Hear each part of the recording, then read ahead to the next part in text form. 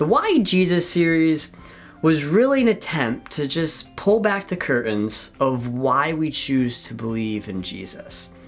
Many of us say it each week at our church gathering, and we might say it in prayer on our own, but I never want to say it without a meaning behind it. I never want it to just become a conformity where it's just something that we should say, but rather I want to fully know why.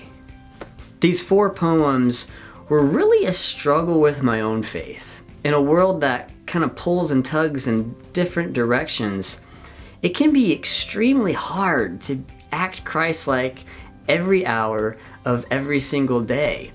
These poems are kind of an address for each professing Christian that's out there, but in all honesty, it was really a discipline for myself.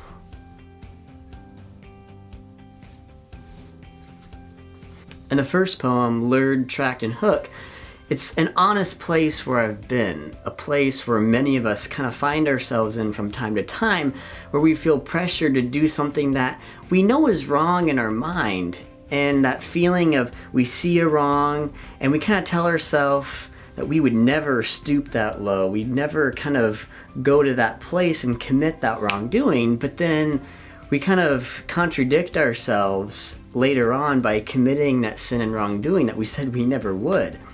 In that place, it's very hopeless, but unfortunately, it's very real for a lot of us. Choices not taken lightly is really a response to the first poem. It's a response to temptation and even falling into temptation. It highlights kind of the sharp edges that we expose ourselves to and the dangerous short-term thrill of sin that leads to an undesirable feeling inside.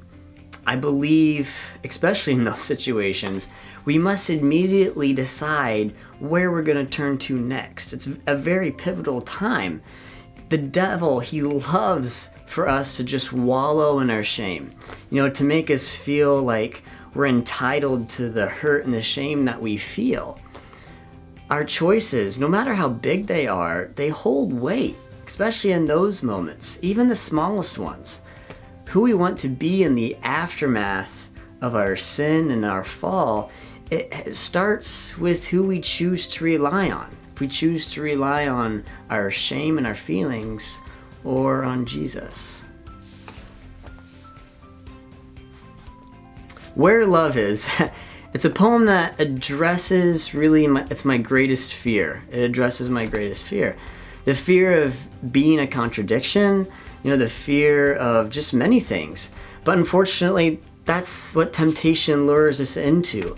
It pursues us to just kind of drag us away from what we truly want to be.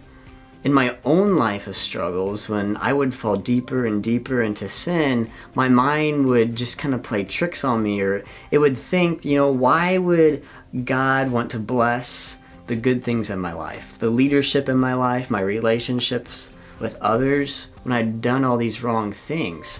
I kind of accepted, I did wrong, I deserve a punishment, but instead I would get grace and love from a God who loves me. It was kind of as if God was saying, in spite of my sin, I'm still fighting for you. For me, that kind of love is greater than any lure of sin or any short-term thrill that it could bring. I believe that even in our darkest of sins, God wants to show us mercy and grace, because at the end, He knows that we're all worth more than the sin that we are in. He loves us too much to stay where we are. He wants to see us grow. The last poem of the series was really an effort to kind of show an overwhelming answer to the question that I had tried to ask for the past month. Why Jesus? Why is Jesus the answer? I use the metaphor of a butterfly being entrapped into a spider's web to kind of envision our lives being caught in the shame of our sin, being caught in the act of sin, being curious of its thrill and kind of what it could bring.